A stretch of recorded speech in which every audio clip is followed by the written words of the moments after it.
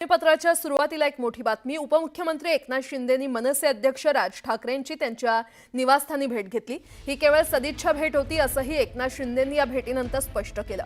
या भेटीमध्ये बाळासाहेबांच्या आठवणी जागवल्याचं एकनाथ शिंदेंनी सांगितलं आणि गेल्या काही दिवसांपासून विधानसभा निवडणूक झाल्यापासून भेटण्याची गप्पा मारण्याची दोघांचीही इच्छा होती असं शिंदेंनी सांगितलं। मुंबईमध्ये रस्त्यांच्या मुद्द्यावर देखील राज ठाकरेंशी चर्चा झाली। या भेटीमध्ये कोणतीही राजकीय चर्चा न होता मुंबईतील विकास कामांवर चर्चा झाल्याचं त्यांनी सांगितलं। मनसे अध्यक्ष राज ठाकरे यांची भेट घेतल्यानंतर ते माध्यमांशी बोलत होते।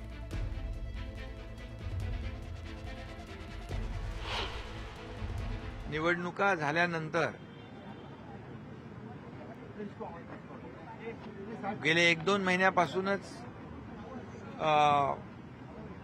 भेटायचं, जेवायला या, एकत्र जेवूया आणि गप्पा मारूया अशा प्रकारचं आमचं सुरू होतं।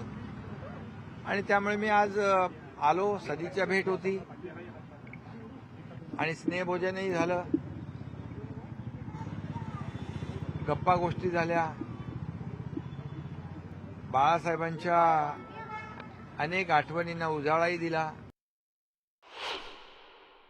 अनेक जुन्या गोष्टी निघाल्या, जुन्या आठवणी निघाल्या आणि अनेक जुन्या घटना बाळासाहेबांच्या काळातल्या त्याच्यावरही बरीच चर्चा, गप्पा आणि अशा गप्पांमध्ये एवढा वेळ कसा गेला तेही कळलं नाही।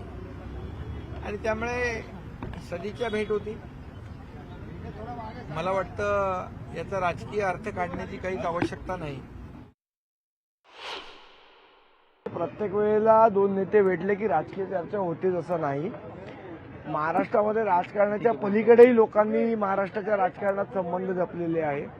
आज सन्माननीय राजसाहेबांनी श्री एकनाथजी शिंदे साहेबांना स्नेहभोजनासाठी आमंत्रण दिलं होतं। त्या स्नेहभोजनासाठी ते होते। काही जुन्या गोष्टींच्या आठवणीत सुद्धा उजाळा निघाला, बाळासाहेबांच्या आठवणींचा उजाळा निघाला। याच्या व्यतिरिक्त काही नाही।